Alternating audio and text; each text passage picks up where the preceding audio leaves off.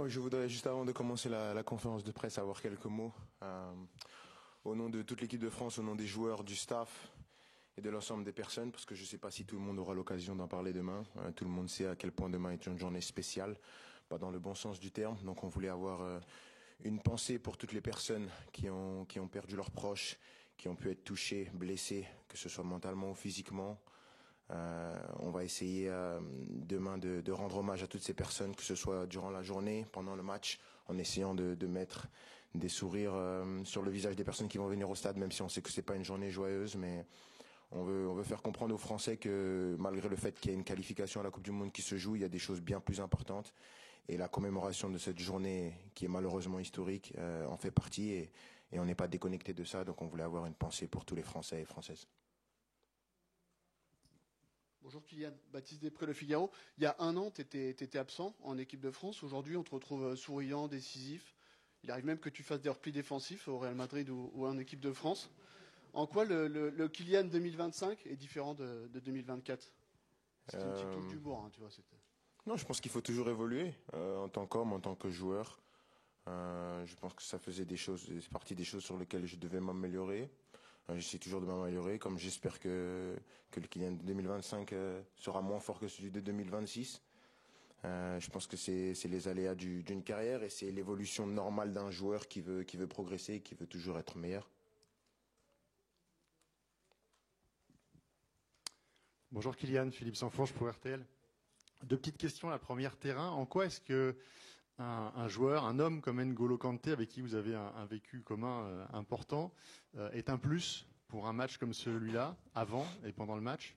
Puis deuxième question, un petit peu moins terrain, mais c'est vous qui l'avez initié en rendant public sur les réseaux sociaux un différend avec le chanteur Orelsan qui explique ce matin que pour lui c'est une incompréhension. Est-ce que vous avez quelque chose à apporter et pouvez-vous nous expliquer votre démarche? Non, je pense que N'Golo est un joueur très important. C'est un joueur qui donne beaucoup de confiance à ses coéquipiers sur le terrain parce que c'est une valeur sûre. C'est un joueur qui donne toujours un rendement qui est élevé. C'est quelqu'un qui, de par son comportement, de par son attitude, de par sa qualité, est un plus pour n'importe quelle équipe. Aujourd'hui, on le voit revenir. On sait qu'il est très content d'être avec nous et nous, on l'est encore plus parce que c'est un joueur toujours d'une grande qualité et qui amène en plus cette expérience dans un groupe qui est quand même vachement jeune malgré qu'il soit qualitatif. Donc pour nous, ça va être un plus et on espère qu'il va être performant comme il l'a toujours été en équipe de France. Et la deuxième question, rien à dire. Ça m'intéresse pas. Bonjour Kylian, Dominique Sérac, le Parisien.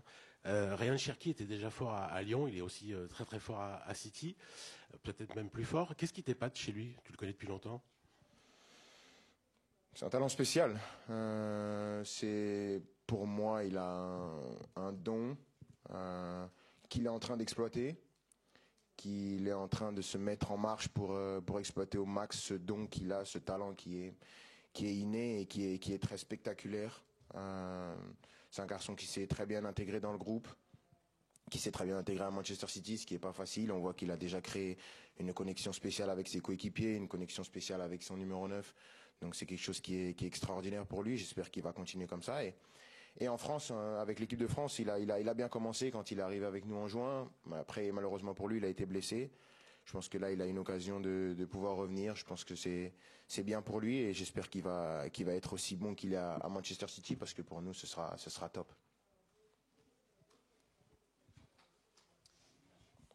Bonjour Kylian, Jean-François Pérez au JDD. Est-ce qu'il y a l'idée dans la préparation de ce match d'un joker dimanche en Azerbaïdjan ou est-ce que vous êtes totalement focalisé sur le fait de gagner et de sceller la qualification dès demain soir? Je n'ai pas bien compris. Est-ce qu'il y a l'idée d'un joker, c'est-à-dire d'une contre-performance, d'un éventuel faux pas demain soir contre l'Ukraine? Voilà, c'est ça. C'était le sens de la question. Est-ce qu'il y a l'idée d'un joker ou est-ce que ça se plie demain soir tout de suite? Non. L'objectif, il est clair. Déjà, sans parler de la qualification, quand tu joues un match à domicile avec l'équipe nationale, tu n'envisages jamais de contre-performance. Encore plus comme une nation comme nous, comme la France, on veut toujours gagner. Qui plus est, il y a une pression supplémentaire parce qu'il y a la qualif au bout. Qui plus est, on a parlé avant d'une journée qui est importante, donc on ne va pas rajouter une chose et rendre les Français encore plus malheureux. Donc non, pour nous, il n'y a qu'une seule option, c'est la victoire. On se prépare pour ça. On va essayer de jouer, de bien jouer et de gagner. Je pense qu'il ne faut pas seulement gagner, il faut essayer de, comme je l'ai dit, faire sourire les supporters au stade, faire sourire les téléspectateurs à la maison, essayer de donner un bon jeudi soir. Je sais que c'est pas le jour adéquat pour jouer un match de foot normalement le jeudi, mais on est là. On est là pour jouer, pour donner du plaisir et se qualifier à la fin, et qu'à la fin tout le monde soit content de la performance qu'on aura réalisée. Bonjour Kylian, Hugo Delon du journal L'Équipe. Lucas Chevalier traverse une période sportive difficile au PSG. Il y a eu un événement extra sportif avec ce fameux like gate. Il a liké et ensuite déliké de manière volontaire un like sur le RN qui était favorable au Rassemblement national. Est-ce que vous en avez parlé? Vous avez promu depuis des années des valeurs de tolérance. Est-ce que c'est quelque chose qui vous a marqué? Vous êtes senti obligé d'aller voir Lucas pour lui en parler de cette situation? Et sportivement, comment vous jugez-vous son début de saison avec le PSG, vous, un club dans lequel il est toujours difficile de s'intégrer? Merci. Extra sportif, j'ai pas vu. Je savais pas, donc j'en ai pas parlé avec lui, mais je peux en parler avec lui après, il n'y a pas de souci. Mais sur le terrain, c'est normal. Je pense que c'est une évolution normale. Il arrive au Paris Saint-Germain. C'est le plus grand club de France, l'un des meilleurs clubs d'Europe.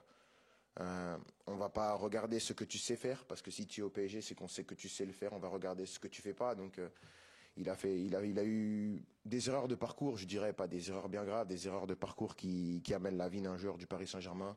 Je pense qu'il doit juste comprendre dans quel club il est, qu'il y a une exigence qui est supérieure à Lille, tout le respect que j'ai pour Lille. Hein.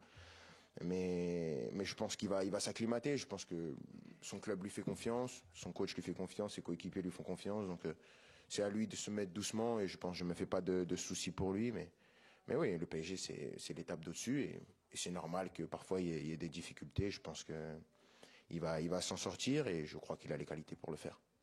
Bonjour Kylian, Louis Vix, Infosport Plus, Canal+. Vous en avez parlé en préambule, mais je reviens sur le contexte demain, les commémorations du 13 novembre. C'était il y a 10 ans, vous aviez 16 ans. Est-ce que vous pourriez nous raconter vos souvenirs, où est-ce que vous étiez, à quel point ça vous a marqué, et à quel point ça va être particulier quand même de jouer un match de football à Paris 10 ans après? Merci. Bon, moi j'étais à Monaco, je regardais le match comme tout le monde. Et après, moi j'ai eu les infos comme tout le monde. Je pense que ça a circulé très vite. Il y a eu aussi la peur, parce que moi c'était à côté de chez moi. À l'époque, mes parents étaient toujours à Bondy. Donc on se dit, on ne sait pas ce qui se passe, on appelle les proches. Et après, on voit les atrocités qui se passent. On est obligé d'avoir cette compassion, on est obligé d'avoir cette tristesse. Et on est surtout pressé que ça s'arrête, parce qu'on ne savait pas quand ça allait s'arrêter. Donc c'était un moment terrible. Et je pense que tout le monde se sent concerné par ce genre d'événement. Jouer 10 ans après, comme je l'ai dit, c'est spécial. Pas dans le bon sens malheureusement, mais ça reste spécial. On va essayer, comme je l'ai dit, de rendre hommage tout au long de la journée à toutes les personnes qui ont perdu la vie, toutes les personnes qui ont été blessées, qui ont été traumatisées, frappées par cet événement tragique. Et après, on va essayer de faire de notre mieux pour essayer de faire passer la journée la moins difficile possible à ces personnes qui ont été vraiment, vraiment touchées. Et après, malheureusement, on devra reprendre notre boulot le soir et jouer, et essayer de donner la meilleure version de nous-mêmes.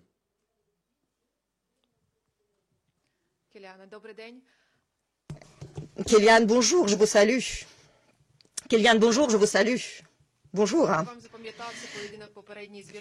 Comment est-ce que vous avez évolué? Comment est-ce que vous appréciez la difficulté du dernier match, du dernier jeu que vous avez fait lors des qualifications? Et une autre question, comment est-ce que vous donneriez effectivement une caractéristique d'un des joueurs, par exemple, de l'équipe de l'Ukraine?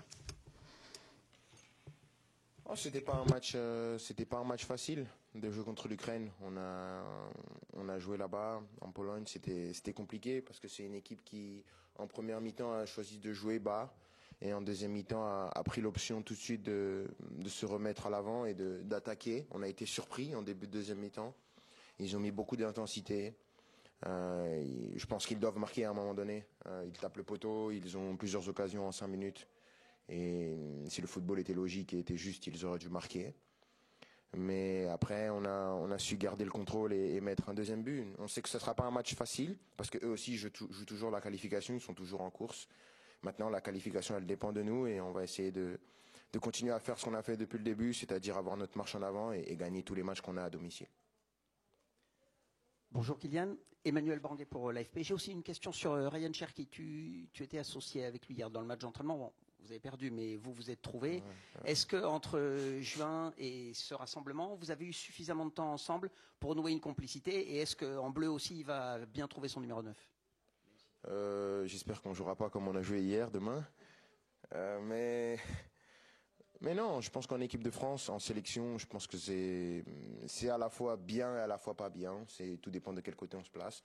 Il n'y a pas le temps. Il n'y a pas le temps pour les automatismes. Tu viens, il faut donner la meilleure version de toi-même pour le pays. Ryan le sait, l'ensemble des joueurs le savent. Je pense que demain, je ne sais pas s'il va jouer, je ne sais pas s'il va pas jouer. Ça c'est une question qui sera au coach, mais s'il joue, il sait ce qu'il doit faire. Je pense qu'il a les qualités pour le faire. Comme on l'a dit, à Manchester, ça se passe bien pour lui. Il a une adaptation express, ce qui n'est pas donné à tout le monde. Donc il faut lui donner ce crédit-là. Et en équipe de France aussi, je pense qu'il s'était bien adapté avant qu'il se blesse. Il avait montré des choses intéressantes. Maintenant, il faut toujours confirmer. Et s'il joue demain, comme les 11 joueurs qui vont jouer, plus les 5 qui vont rentrer, il faudra confirmer encore une fois qu'on mérite de porter ce maillot-là. J'y vais ? Oui, Kylian, bonjour, Florent Germain de RMC. J'avais une question sur Dayo Upamecano. Est-ce que tu le vois plus fort que jamais, peut-être le meilleur défenseur d'Europe ou du monde, je ne sais pas quel sera le terme. Et est-ce que tu peux éventuellement jouer un rôle? On sait que les grands clubs européens le suivent de près. Est-ce que parfois Clairefontaine, c'est l'occasion de lui glisser un mot en lui disant on a besoin de toi au Real la saison prochaine? Je pense qu'il se sent très bien. Je pense que ça se voit. Il est en pleine confiance, il est plein d'assurance. Après, on parle du meilleur défenseur du monde. Je pense qu'aujourd'hui, sur la saison, il est dans cette discussion-là. Après, ça dépend de pas mal, c'est très subjectif, mais moi, je pense qu'il fait partie de ces joueurs-là, de ces défenseurs dominants, qui sont capables d'être vaillants, d'aller presser le joueur très haut, d'être capables de jouer le 1 contre 1.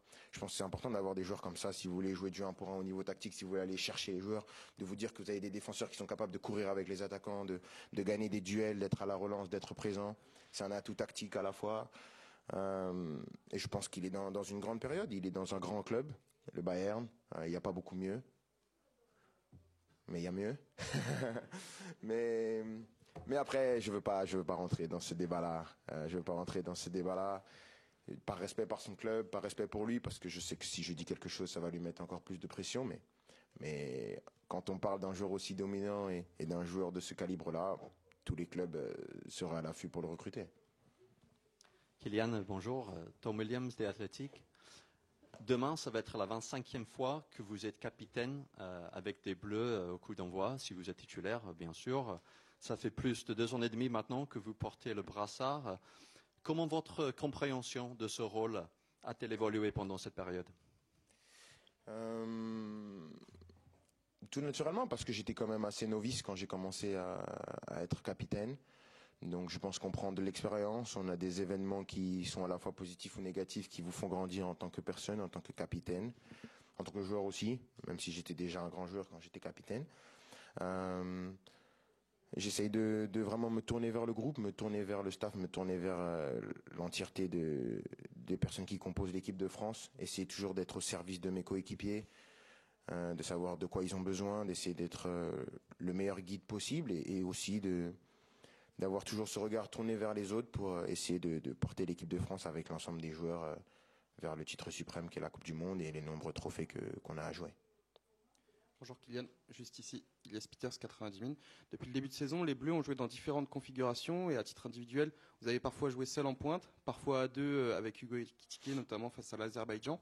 Est-ce qu'il y a selon vous un système dans lequel vos qualités sont le plus mises en avant?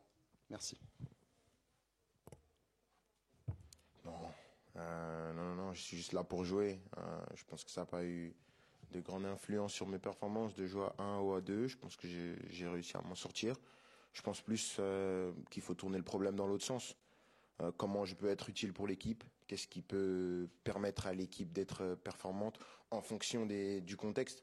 Parce que vous avez parlé, on a joué à 2, j'ai joué tout seul. C'était en fonction des absences, en fonction des joueurs, des différents profils qui m'étaient associés. Donc à partir de ce moment-là, quand on prend tous les éléments, je pense que c'est plus à moi d'essayer de mettre mes coéquipiers dans les meilleures conditions, parce que je suis celui qui joue tout le temps, je suis celui qui a le plus de repères dans cette équipe, parce que je suis celui qui a le plus de sélection. Donc c'est plus à moi d'aider les jeunes qui arrivent, les joueurs qui commencent, qui ont une première titularisation ou qui Par exemple, au dernier match, j'ai joué avec Hugo. C'était sa première titularisation, donc c'était plus à moi de l'aider, d'essayer de le guider pour qu'il exprime ses qualités. Demain, je ne sais pas avec qui je vais jouer, si je vais jouer tout seul ou à deux. Mais je pense que c'est plus à moi de m'adapter dans le rôle que je suis aujourd'hui. Bonjour Kylian, Nicolas Paillard, InfoSport Plus, Canal+, en haut au niveau des caméras. Pas plus grand que la caméra, je sais pas. Non, malheureusement, ouais. Pas assez de soupe. Dommage, mais je m'y fais. Hein. Je voulais juste vous demander, Kylian, quel va être votre discours avec vos coéquipiers pour quasiment ce qui est une finale pour la qualification? Et est-ce que vous avez un message aussi pour les supporters? Parce qu'on sait que ça peut être un élément prépondérant pour vous survolter et aller chercher ce billet pour les Amériques. Merci.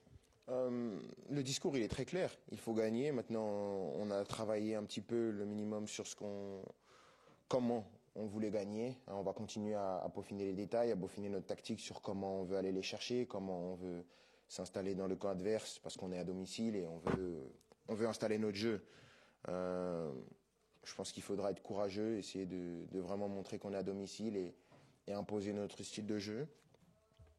Et après, pour les supporters, bien sûr, c'est très important. On veut essayer de passer la meilleure soirée possible et on sait que pour passer la meilleure des soirées possibles, ce sera possible qu'avec un stade plein, qu'avec des gens qui seront derrière nous et avec nous qui faisons le boulot et donnons du plaisir aux gens. Donc j'espère que le stade sera plein, qu'il y aura une belle ambiance et que ça durera jusqu'à la fin du match et après même, parce que ça signifiera qu'on sera qualifié et qu'on aura tiré pour les États-Unis et ce sera une première étape de franchie.